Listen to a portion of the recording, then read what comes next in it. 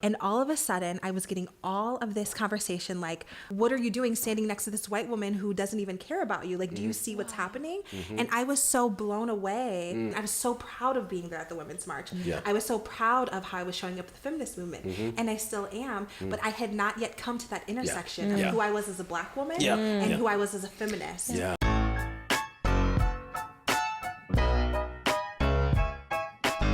Nava, what's going on, lady? Oh, nothing much. I'm looking forward to Rachel. I've been following her for some time, and I think she brings up some just really key points. Yeah, definitely. That's Rachel Cargle, of course. And I'm engaged in a number of spaces. I see her doing a lot of work in, feminism, particularly Black feminism. Yeah, and women of color, absolutely. Yeah. And she's creating these spaces. She's got her organization that is all about creating that space for Black women and women of color. And I think she's just one of those minds that you just want to kind of listen to her just talk. Yeah. Particularly because I'm so quiet, right? It's amazing because I think one of the things that, doing research on her that's really interesting is she talks about this kind of inner work feeding the outer work. And like how this important, both of those things are critically important to anything that we do, but particularly in, public service, and it just had me thinking, it's like, how, you've been engaged in advocacy, for young people. And that's been a part of this incredible, like, life of service that you've built for yourself, and how does that fit in for you? Is that whole idea of this inner work tying to the outer work? Yeah, it's the idea of what is known as kind of the Double Crusade. Oh, wow. And this is from the Baha'i teaching, the idea that we have two works in progress. One is the inner work that we're doing within ourselves to grow ourselves, develop ourselves to a place that we can be conducive to the positive transformation of humanity. And then there is that other force at work that we should be working on, which is transforming the lives of our community. So there's that inner work and then there's that community level. And one thing about Rachel is that she touches on both, and that she's very adamant about holding yourself to account, very adamant about studying, about learning, about researching and growing and failing and then picking up and messing up and learning and then keep going again. And let's talk about that with her today. That sounds good, man. Let's go get some insight on this Double Crusade. You ready? Okay, let's do it. Let's do it. Undaunted, presented by Choose Unity. Let's make it happen. Okay. Cool. I am super, super excited because I have been following you for a very long time. And when they told us that you're going to be here with us in the flesh and sharing energy with us, we got so excited. Thank you. I appreciate the energy. No, of course. Educator, writer, entrepreneur, activist. What do you not? She's like every woman. What do you like not the song, do? Every woman. Yeah. I show up. I feel very grateful in my career in that way that I've been able to find a very specific, pinpointed set of values, and then I just get to find new ways to show up and present them and live in them. And I feel very grateful that I found a career doing really meaningful work. It's beautiful. Yeah. You're living a full spiritual and human experience. Yeah, I'm grateful for it. Yeah. One of the things that really stood out to me in your work was how you viewed feminism and the lens through which you viewed feminism. And, one thing that I've been noticing is that, when we have civil rights movements in this country, it's generally followed by a feminist movement. Because, of course, when we come out from this place under the rug and we speak out and our voices are heard, then everyone else has everyone else has permission from places of oppression to come out and speak and have their voices be heard. But you particularly talk about the experience for a woman of color. Can you speak a little bit about how that's played out for you and where that sits in your heart right now and in your work? Yeah, so I came into this conversation as a feminist. So I came in saying, I'm a feminist. Here's what I know to be true. Here's what I know I deserve. Here's what I know that across the board women deserve. And I came into the feminist movement in my early 20s. I wasn't super familiar with it growing up in Midwest Ohio. I grew up very poor, and thinking about the feminist movement or our rights were not at the top of our list. We were surviving. We were trying to exist.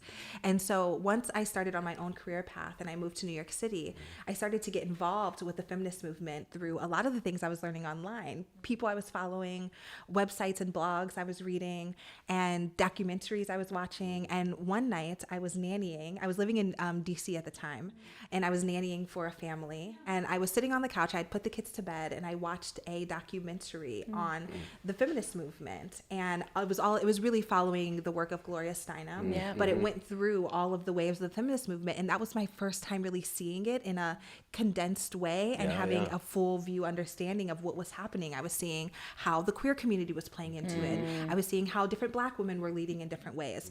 And I was just blown away by all of this information that I hadn't learned. And so I started deep diving myself and really learning and trying to get a better understanding of, I remember recognizing that people were fighting for pay equality and me being like, wow, I didn't even know this was an issue. I wouldn't have even been able to fight against this if I would have just had this information. I could have at least come in knowing that I was fighting for something instead of just being tossed into this world without an understanding. And so as soon as I started learning, I started to deep dive and get my own understanding of things. And I started to get really passionate about it. I joined the Young Professionals Board at the Masud Foundation. I organized with my friend Dana Sukow, a bus of women to go to the Women's March that was happening in DC. So over, 3 or 4 years, I was deep diving, getting involved, and it was widely just around the conversation of feminism, how I existed in the world as a woman and how other women related to all of our experiences, work, children, marriage, pay. And then at the Women's March, I had a photo go viral. And that's what kind of kickstarted me being part of a more national conversation. And that photo going viral threw like my face and my feminism into this visibility that I could only speak to from a limited knowledge that I had. Because I'd only, this wasn't a conversation that my mom was having sitting in the living room with her friends where I was listening in on feminist conversation my whole life. So that photo went viral and it got a lot of fanfare from mostly white audiences. It was going to the Refinery 29, it was going to the Huffington Post Women. And then one day, Afropunk posted it. And, Afropunk has a mostly audience of color. All of a sudden, I was getting all of this conversation like, girl, what are you doing? Do you even know what the feminist movement has done? Do you understand what you're standing there for? Like, what are you doing standing next to this white woman who doesn't even care about you? Like, do you see what's happening? And I was so blown away by this criticism about something I believed so deeply. And I was so proud of being there at the Women's March. I was so proud of how I was showing up at the feminist movement. And I still am, but I had not yet come to that intersection of who I was as a Black woman and who I was as a feminist. And all of a sudden I was thrown into this conversation and I had to be critical and had to decide which part of me was going to show up. And when I recognized that I was a Black girl who was fairly well educated, who was interested in the topic. And even I hadn't come across a lot of the gritty details that one would probably need to know before they really gave so much of themselves to a movement. And that's when I decided that if I don't know this, there has to be a lot of other people who don't know it, particularly white women who might be repeating the same patterns of all of these other waves of the movement. So that's when I started learning more, even deep diving even more into the movement. And that's when I started teaching on my Instagram, where I was like, I have to share this. I recognize I have all of these white women who follow me.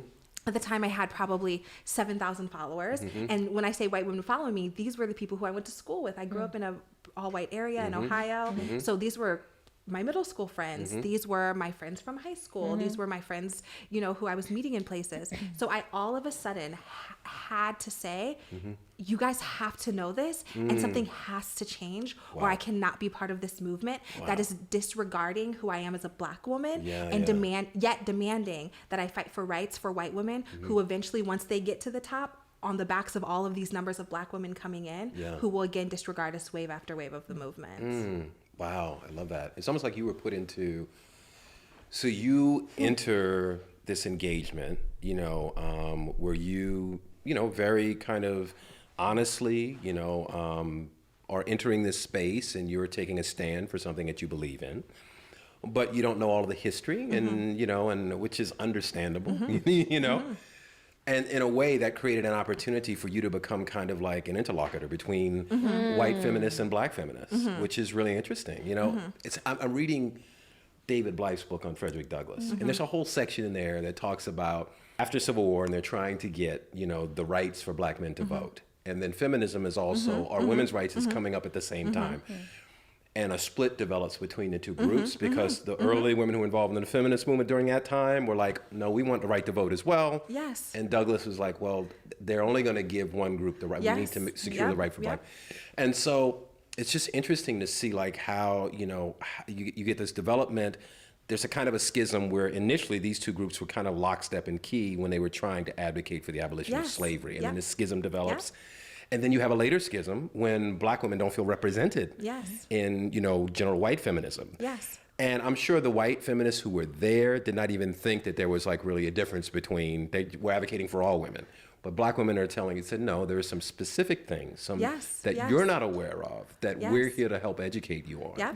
So it's amazing how you were placed in that position to kind of serve as that interlocutor between those two groups. Well, I want to speak to the first schism that you said. That these women that we often laud as the poster women for the movement, looking at, the leaders who were coming up and saying women deserve rights, going up on these stages, act under this banner of women's rights, but it wasn't. Susan B. Anthony is out there saying women's rights, yet if you really think about it, the only people that they have to campaign to are white men. And so there is record of Susan B. Anthony and her crew of leaders in this movement coming out and saying, if you have to choose who to give rights to between black people and women, you have to choose women.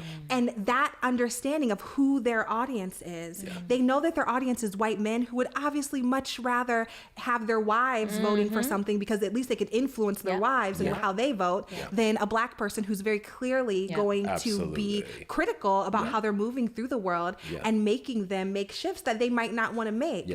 And so that type of reality that these white women who claim to be fighting for women, who are still going to play nice with the black women because they still want the black women's numbers, but when they're campaigning in front of these white men, there are quotes from these leaders saying, if you have to vote for something, let it be women and not black women. And that just shows the separation in the mind of whiteness of how blackness is not even considered a thing if it's not to their benefit and or that it's not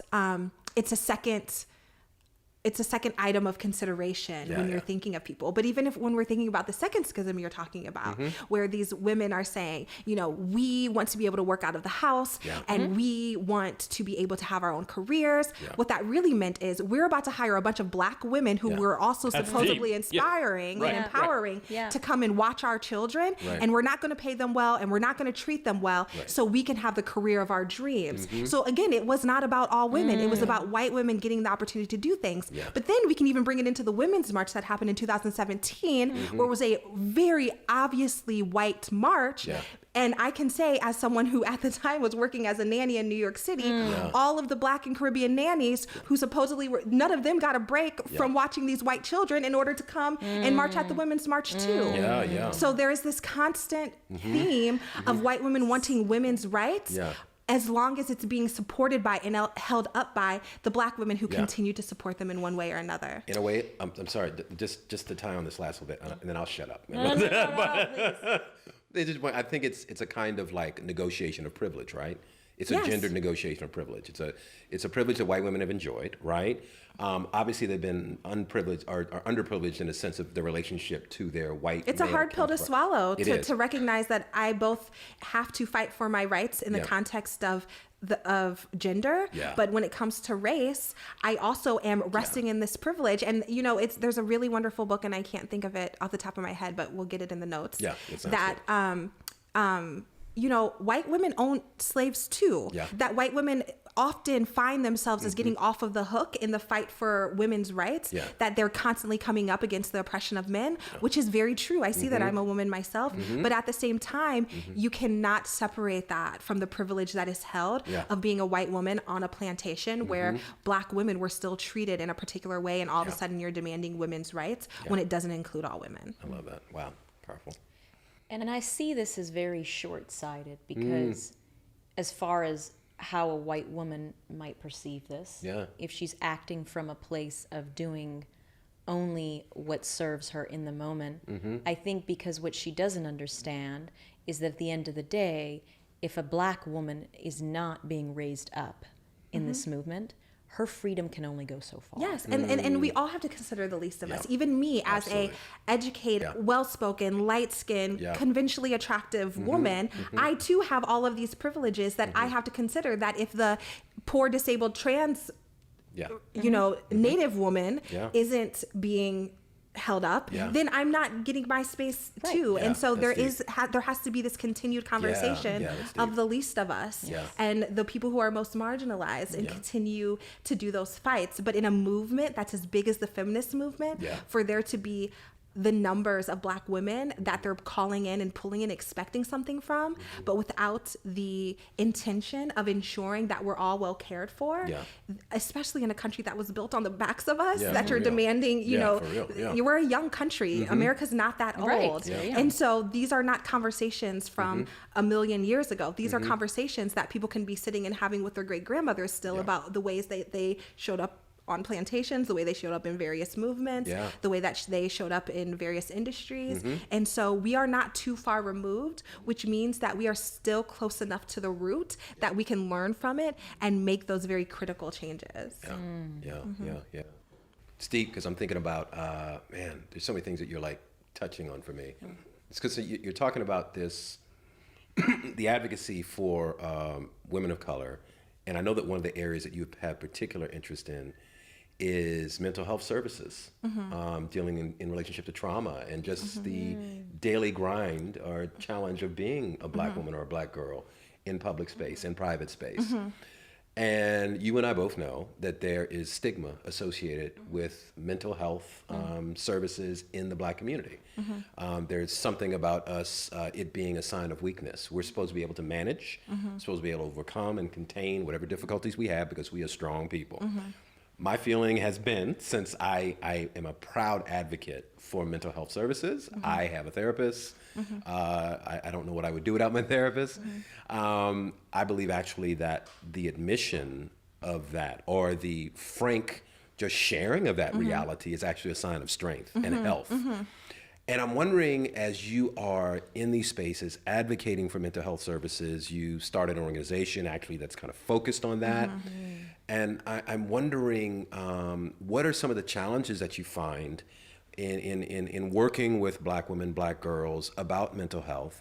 And also, what are some of the great joys that have come on as a result of doing that work for you? Yeah, well, when we think about mental health, a lot of our trauma is rooted in our DNA as black people in America, as African Americans. There's so much trauma rooted that we have generational trauma in our bodies that shows up in very tangible ways. But aside from the genetics of it, I think a lot about how within the African American community, historically, it has been very common for things like spankings and whoopings and very aggressive parenting. But when you think about if you're living on a plantation and if your child acts out, the family could be killed or they could be sold. Of course, you're going to be a little aggressive in the ways that you're training them. And so that's just passed down understandings about how to raise your children. It shows up today in ways that it doesn't have to, but there's still that fear. But I can't even say that that's not necessary, because if you have a little black boy today who's playing recklessly and the police walk by and decide that they feel like he's a danger, he could get killed, as we saw Tamir Rice in Cleveland. And so this is still a very relevant conversation.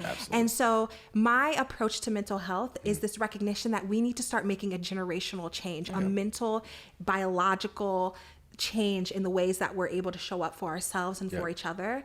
And I think that in moving in this space, it's been such a pleasure to offer a first step for that for some people.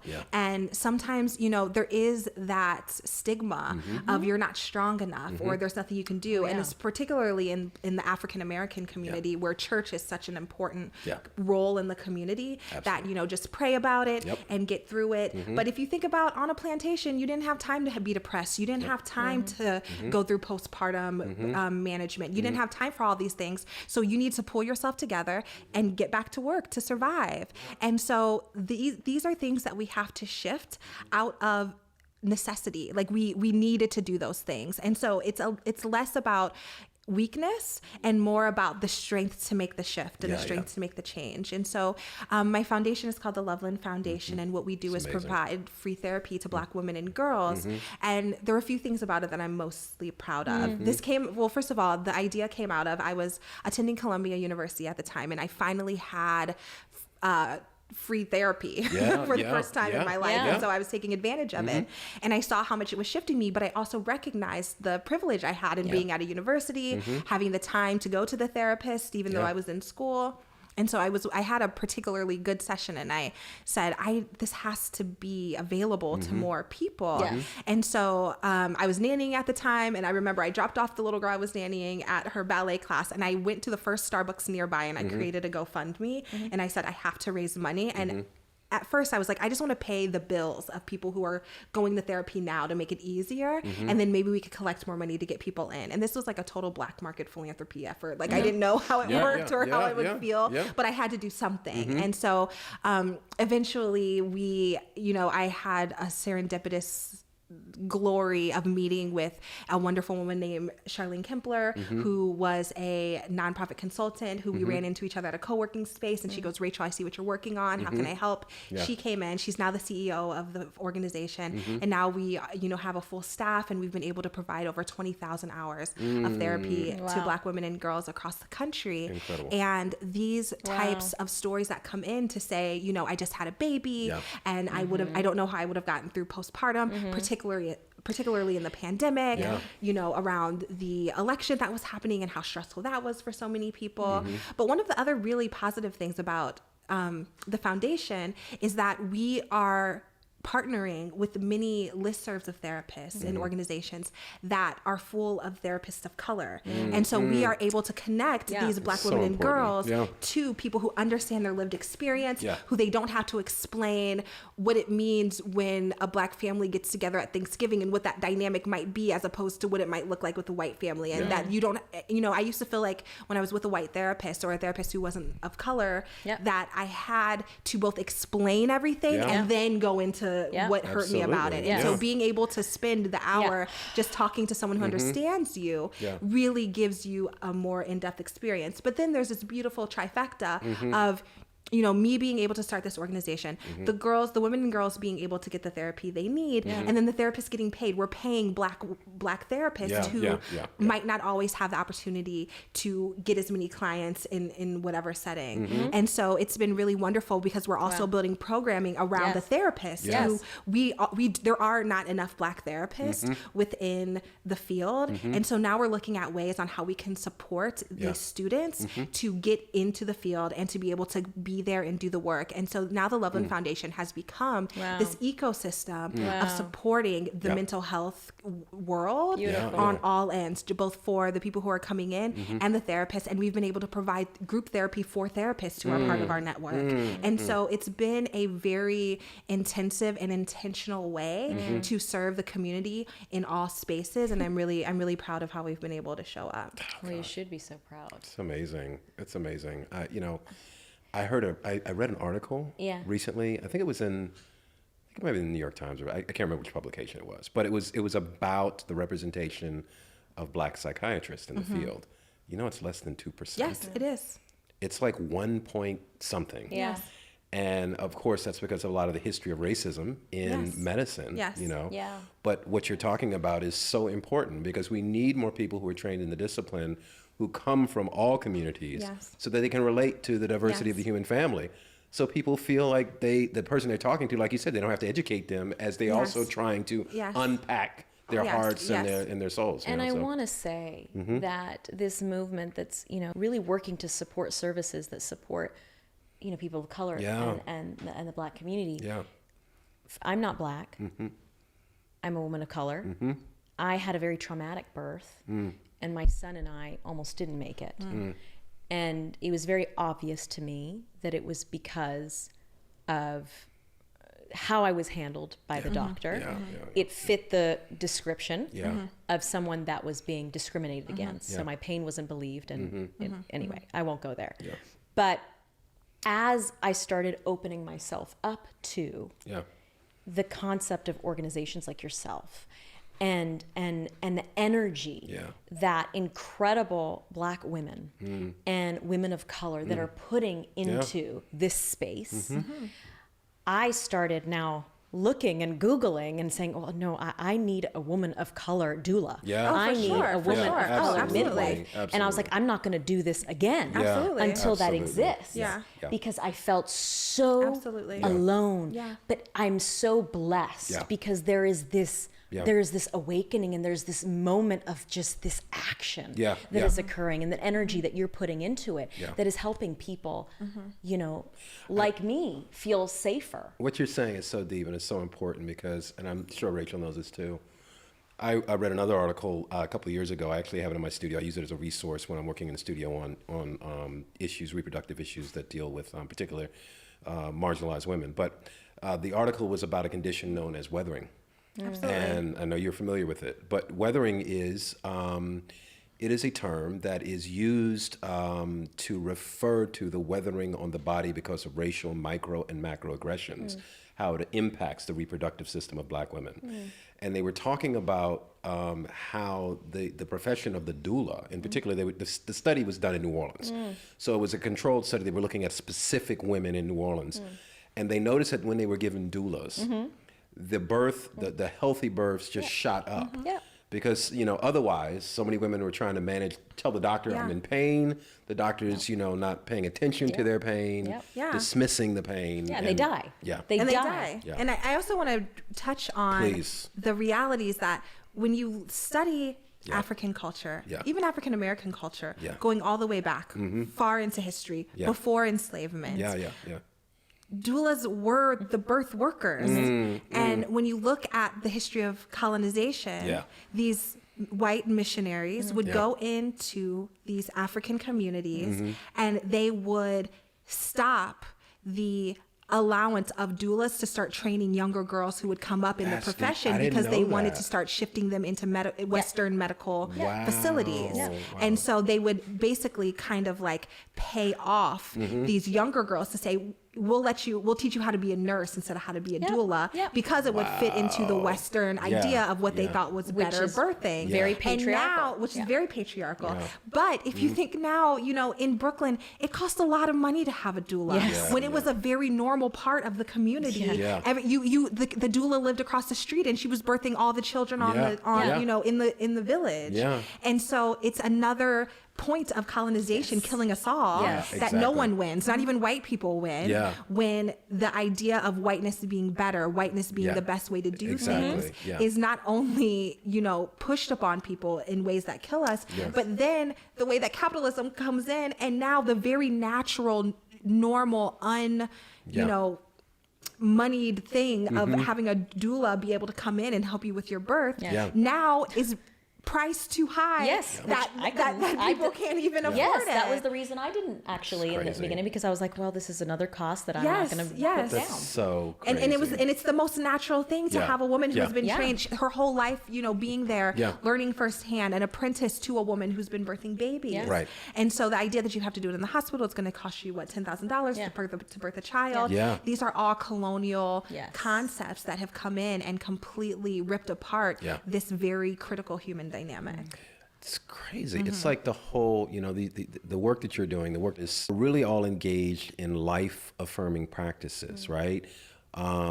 Working to build new systems, new ways of being that are life affirming, because so much of what we do is not life affirming. Yes. I mean, fundamental things, everybody should have a right to a doula. It shouldn't be a cost that puts you back and not being able to afford rent or your mortgage. It should just be something that's quite natural. And we have all of these systems and we've tied into capitalism and they become, you know, just the purview of people who have the means to afford it. The world exists for the rich to be comfortable in all of these ways. But even in a more fundamental level, hearing you talk about your birth, and I appreciate you sharing that. You know, I am very vocal about the decision I've made to not have children. And nothing in me can fathom why I would birth a Black body to exist in this world. That's like deep. I can't. That's deep. I can't stomach so that. deep, yeah. I can't stomach a reason why I would bring something into this world to exist in a Black body in America on Earth. Absolutely. Like that's so a hard deep. no for me right now. Yeah. And while I continue to work with my own trauma and my own feelings around birthing and around mothering and around being a Black woman and around, you know, even climate change. Like, I don't know what it's about to look like in 10 years. Like, I don't want my child suffering, you know, with whatever it could be. And while my feelings may change and might shift and whatever could happen, that's also, you know, I'm becoming, you know, as my career goes, I'm becoming more privileged. So maybe I have to think like, am I just, now I have the money to do X, Y, Z and what that might look like. And then I have to grapple with myself around capitalism and my own place in that. I never let myself off the hook in these conversations of how I have to show up. And so, like you said, it's sucking the life out of things. Literally, my conversation as a cis woman deciding how I want to exist in the world, potentially birthing a child, is rooted in race and a conversation I have to have with myself and my partners and anyone else who, you know, my mother, anyone else who might be having these conversations. Like it's taking the life out of humanity that I have to make these critical decisions based on my relationship to how whiteness is going to decide to act on any given space or any given day. Man. You know, I was thinking about my own mother, and my mother used to get, and this kind of ties back to something that you said a bit earlier, but it's related. My mother used to get like hyper vigilant about me like being out of the house. She would always, and it used to get on my nerves when I was a kid because I didn't understand why. So she was always like, where are you going? What are you doing? No, you need to be home by this time. You know, what no, you were where? No, I told you to be here. Don't do that, you know? I don't want you going in the military. You got to promise me you're never going to go into the military. And I didn't understand it. As I got older and I began to do research and reflect and think about it, I began to understand that sense of concern and hypervigilance is multi-generational. She was speaking in the language of my grandmother, my great-grandmother, my great-great-grandmother, all the way back to the plantation when Black boys were being picked up. And, you know, so it's just powerful when you realize it puts it in a different perspective because initially you objectified. It's like, what is wrong with you? Leave me alone, I'm fine. But as much as you say, it doesn't mean anything to her. She's speaking from multi-generational trauma, which is deeply ingrained. And a lot of white people, when they engage in this conversation of privilege, particularly, it's like, well, I wasn't privileged, like I was poor, and I had to work, and you know, I had to go to the food bank for food, and I didn't have my father or whatever. It's like, yes, that is true, but there's also a whole slew of people who had to go through all of those things and consider whether their child would get shot when they just went to school, and considered whether they would die when they decide to birth a child. And so it's not a lack of opportunity.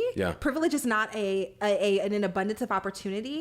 It's not what you have to deal with, it's what you don't have to deal with. Exactly. And so yes, you do have to deal with, we're all dealing with humanity, but people of color are dealing with humanity plus racism. So it makes me think a lot about, you know, one particular story that I'm writing about in my book is that, you know, I was in middle school and I was dealing with all of the regular middle school girl things that all of the girls were dealing with. Absolutely. Wondering about what my skin looked like, wondering about what clothes I was wearing, wondering about who I would be dating, who I was interested in. And we were all dealing with that.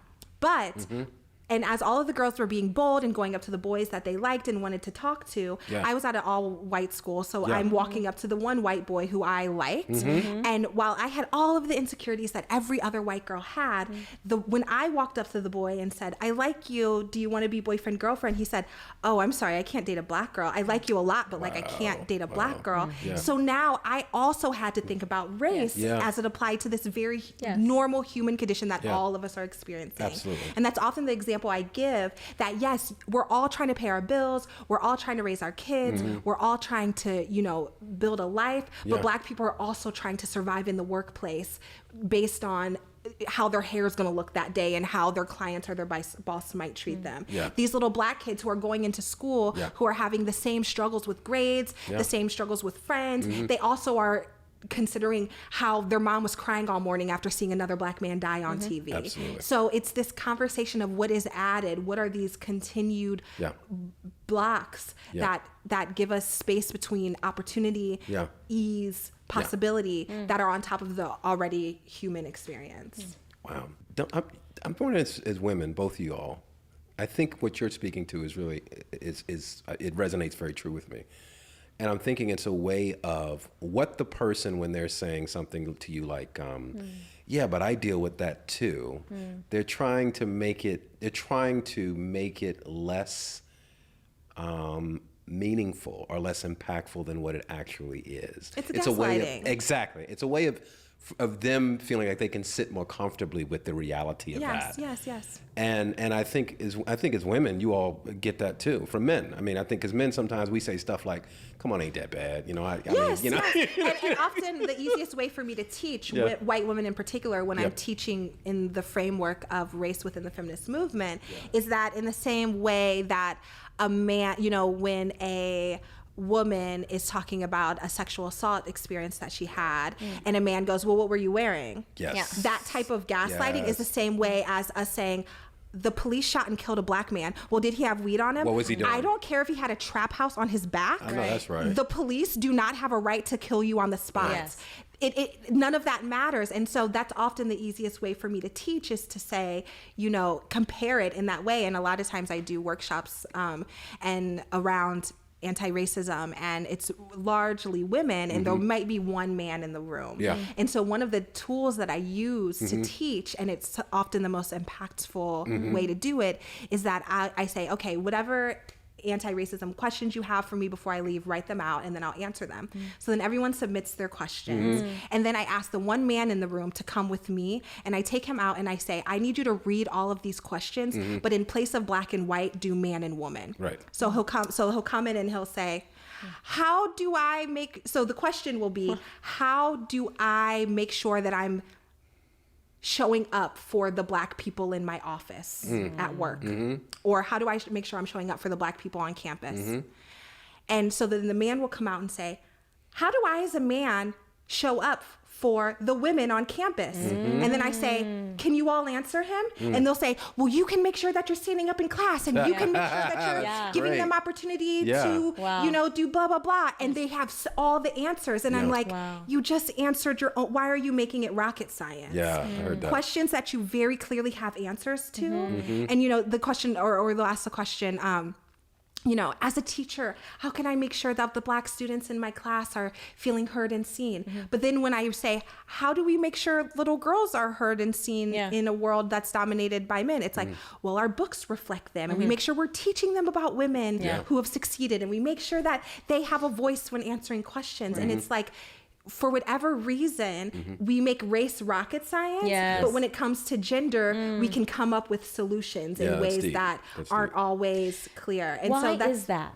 Why do we do that? Because white women are benefiting from the system too. As much as like we are never, you know, the person who has a full belly is not going to demand that we have more food banks because it's not even crossing their mind about food availability. And that's where what I call radical empathy comes in. That you don't have to, it's not just saying, oh, I'm sorry that happened to you. I'm sorry that you're experiencing it. Radical empathy is, how do I play into what you're experiencing? And what do I need to change? What do I need to shift? What do I need to advocate for to make sure you're okay, whether it has to do with me or not, whether I am affected or not? And I think about this a lot. My mother has polio. She's had it her whole life. So I've grown up with a mother with a disability my entire life. And one of the things that has done for me is that any place I go to, I'm like, oh, well, this isn't accessible. You know, my mom would never be able to come here. Or even I remember I was walking down the streets in downtown Brooklyn, and I noticed that there weren't slopes from sidewalk to sidewalk. And if you don't have a relationship with disability, there's absolutely no reason for you to be thinking of that. Exactly. But because of even though I don't have a disability myself, I'm constantly looking around at accessibility in various spaces. And so that's the type, and I don't have that radical empathy because I'm such a great person. I have it because I was placed in that situation and I was aware, I had knowledge, and I had to engage with it. And so we have to be actively doing that. I have to be aware, have knowledge, and engage with the trans community. I have to be aware, have knowledge, and engage and build that radical empathy with the immigrant community, because I do not exist in it. So I have to be active. It has to be a decision that I make to engage, because if not, it's human nature not to think of it. And so we have to push against these things and be intentional on how we show up, because if left to our own devices, we would all be in our little spaces worried about what we have to worry about, but that's not community. That's not the world that we live in, and we have to continue building that community. Well Nava and I have had this conversation a couple of times about proximity, understanding our proximity to whatever the issue is. I mean, and Nava and I have had conversations, and I've told her that I'm really grateful for my experience growing up with my mom, because my understanding of what Black women confront on a day-to-day basis, my proximity to that is closer as a result of that experience. At the same time, I recognize that I still exist in a male body, and that there are experiences that I will never fully understand. However, my ability to empathize with that, even though I don't fully understand it, was developed in the cauldron of that relationship with my mother. And I think that's so important to tearing down walls and building bridges. It's amazing. When I'm going through something and something is really bothering me, it's less important to me that the person, if there's someone near me, that they understand fully what it is that I'm going through, rather than that they say, I'm here with you, and I'm going to sit with you in this. And I think another way that we gaslight, we say things like, I'm praying for you. If somebody else says they're telling me they're praying for me one more time, I don't know what the heck I'm going to do. I mean, as opposed to saying, I'm praying with you, or I'm in this with you, or I'm going to figure out how to talk to the person who can make a change for you. Thank you. And there's a quote that I say often. It's my own quote. Hold, please. Let me think of what it is. I don't want your love and light unless it comes with solidarity and action. I love that. It's just not your love and light isn't applicable. I don't need you to think about me. I need you to do something in attempt to fix the situation. And so this idea of, I say, I need you to send your love and light and call your representative. I need you to send your love and light and demand a change from the principal who isn't disciplining, who is making light of the racial issues at the university. I need you, there needs to be action. In action. In action as well. And so when there's a lack of that, it's really just performance. Words. Exactly. Yeah, it's just performance. And I often, one of the most impactful things I can say within my work of anti-racism work is that anti-racism work is not self-improvement work for white people. I don't need you to read more books so you have more information in your brain and you're a better person. I need you to have more information in your brain that pushes you to have more intellectual conversations with your family around the dinner table about how they need to be considerate about where they're spending their money and how they're voting. I don't need you to pay out cash to organizations if when you're sitting around the table with your family, your racist uncle is having a good time joking about XYZ that is impacting the lives of the Black kids in the neighborhood. And so there has to be this knowledge, this radical empathy, and this action. And that is my formula for being able to show up as an ally, as an accomplice, as someone who is being intentional to change a thing. I would share when we've had conversations about just about life and particularly about women. One of the things that she shared is that some of her greatest pain has come with the breakdown of relationships between women not supporting one another.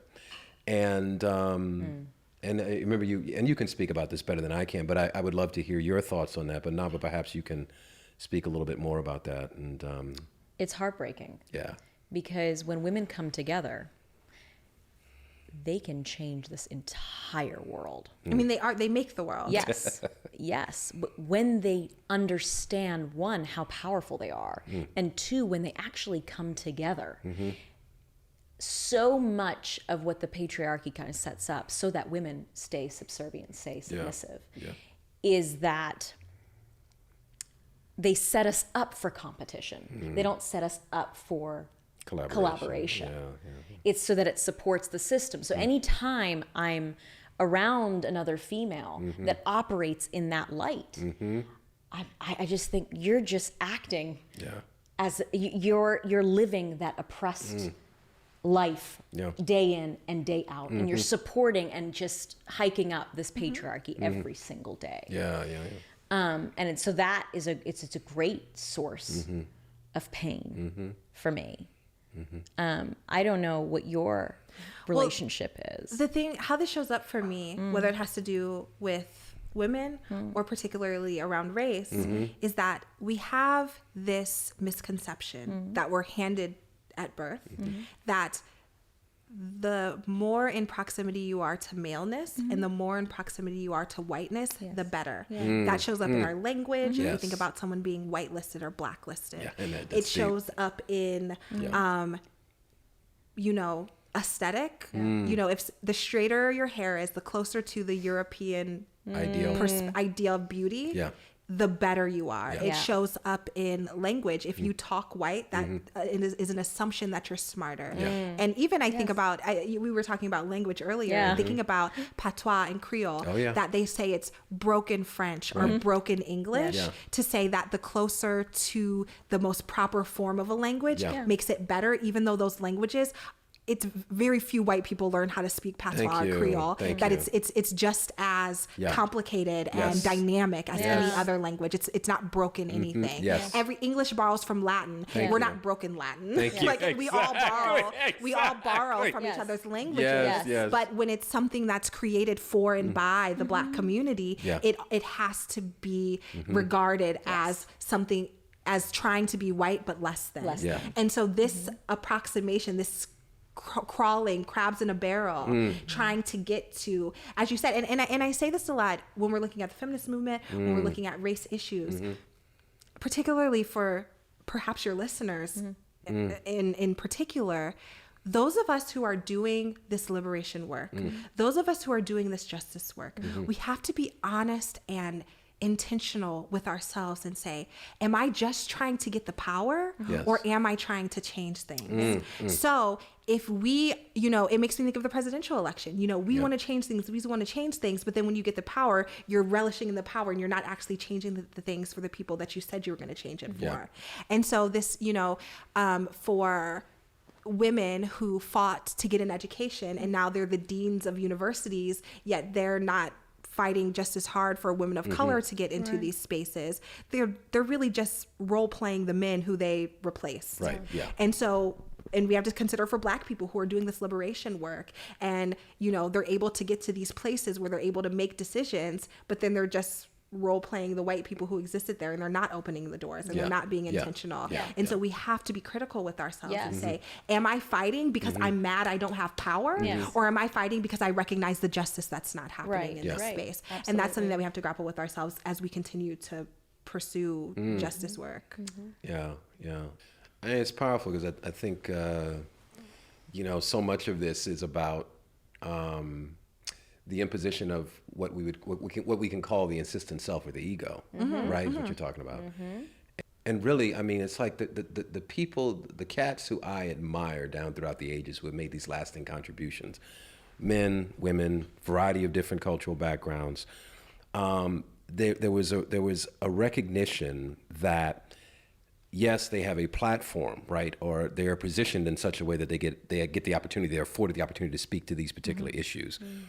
But they are service oriented and service grounded first. So there's this idea that in a way that they are leading through service, you know? And I love that quote that Dr. King used to say back in the day where he would talk about not everybody can, you know, be in front of television cameras or give speeches in front of, you know, hundreds of people. He said some people sweep streets. He said, but if you sweep streets, sweep them so well that the host of heaven will say, there indeed lived a great street sweeper. So the sense that no matter what it is that we are engaged in, it is service oriented and service directed. And I love that. There's a variety of people who show up for the work. Yes. Me and my friend Ebony Janice were just talking about how we have to de-celebritize activism, that it has become like a celebrity sport in a very odd way, a very concerning way, when the truth is, you know, the person standing up in front of a crowd motivating and inspiring is doing just as important, necessary work as the woman in the kitchen making the meals for the babies while their parents are out marching. Absolutely. And that every single aspect of this is necessary. And, you know, hearing you say that Martin Luther King quote makes me think of there's no winner unless we're all winning. We're all pulling each other up. And going back to the beginning of our conversation, unless the least of us are winning, we're really not winning. And so there has to be this intention of service and community.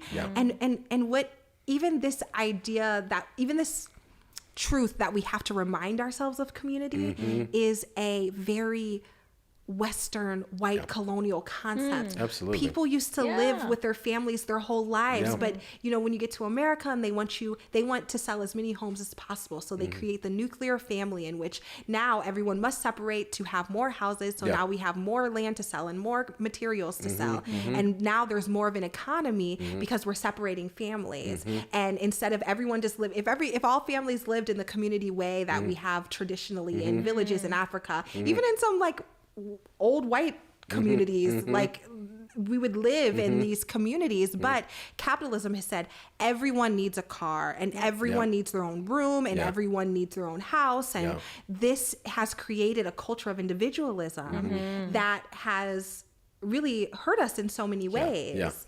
And that idea and that individualism has fueled our egos in ways that say I have to, and it creates this competition. Now I want a bigger house than my sister has and then my cousin has, and I want to feel like I am as good as everyone. And you know, this idea that you have to, as soon as your kid turns 18, you got to kick them out the house and they need to go to college to pay. Now we have a college industry, and now we have a, you know, there's all these industries that have been created that have picked apart community in order to make things less cohesive and service oriented and more individual, which is something that I have been making consideration of in how I move through my life, and saying, am I doing this because I feel like it's really an accomplishment, or am I doing this because it's how I want to live my life? And this, you know, and a lot of times the answer is I'm doing this because I thought I had to, or that it proved my success, or that it proved my my worth or my value, but it actually doesn't align with my values at all. If my values are community, and I'm saying that in order to be successful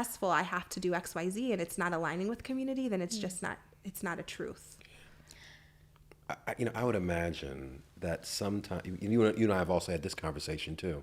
I would imagine that part of the reason, apart from multi-generational trauma, economic disenfranchisement, that one of the reasons why, a profound spiritual reason, why indigenous communities, why other communities that are more communal in nature don't thrive in a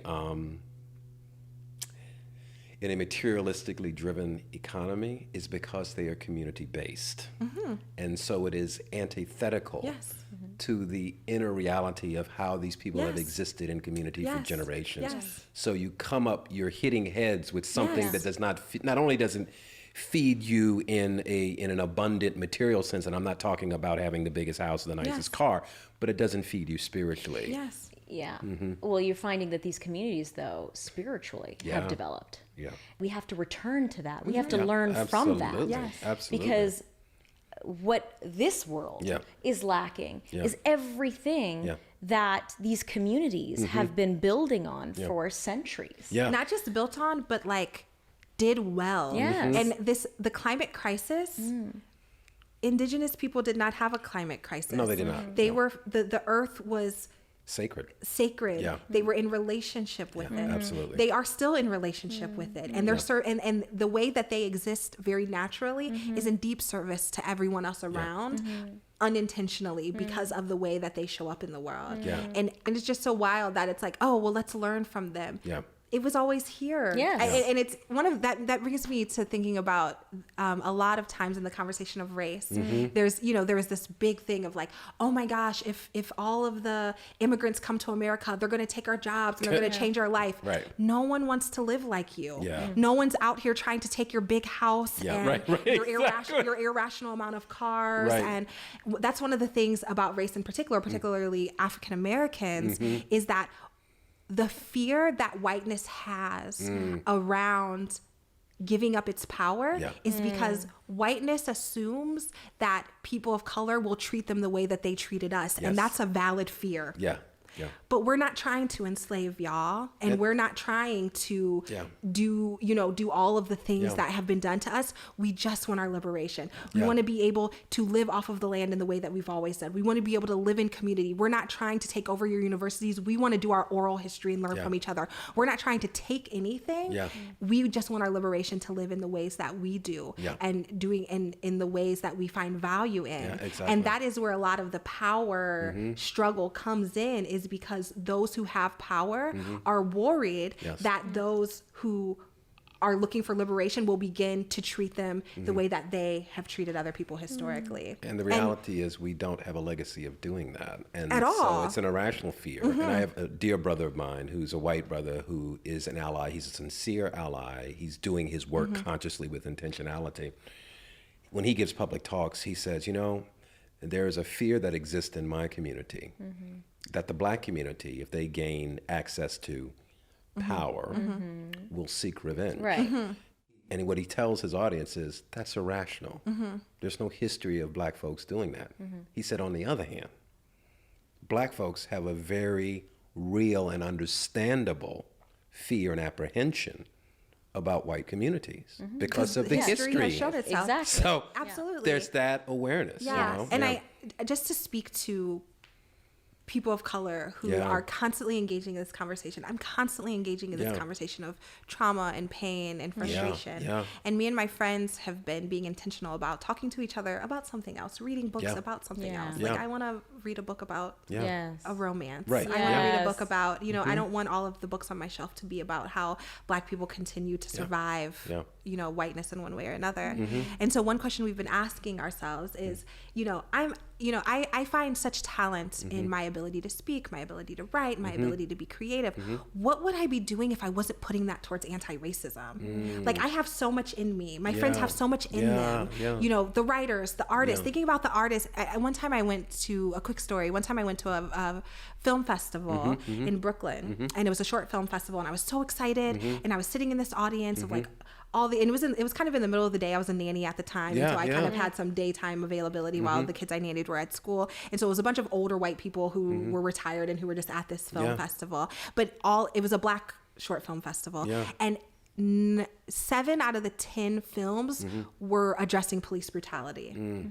And while all of the white people were like being entertained and like at this film festival that got them cultured, I am weeping in the back corner saying, this was exceptional cinema, and we're wasting it on trying to convince white people to see us for us to survive.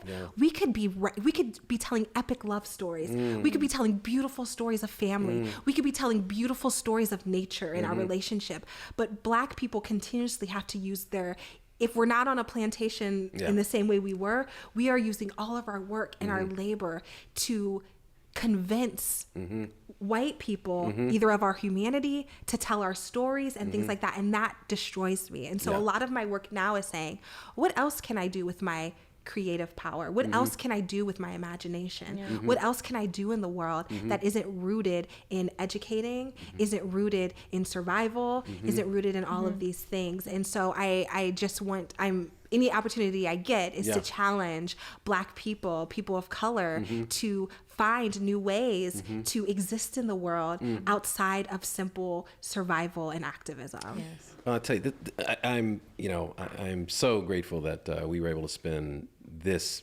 which feels far too short amount of time with you, because I really feel like, your activism, your engagement in the service-oriented work that you're doing springs from a kind of inner source of light, which I think we're sitting in this beautiful space, there's light coming in the windows, but it feels even brighter that you're here with us. And I just want to thank you for bringing you into everything that you do, into this space with us, and for sharing your gifts and your talents in service-oriented work that is about uplifting us all. So, Sister Rachel, thank you so much. Thank you. I It's been appreciate it. such a Those joy. were such kind words. And I appreciate you both having me. Thank you. No, of course. It's been wonderful. And thank you, Nava, for hanging. Thank you, as Masud. always. Oh no, my God, it's my honor to sit here. Driving the ship while I'm co-piloting. Oh my goodness. No. This has been wonderful. Thank you, Rachel. Thank you. Thanks, Nava. Thank you.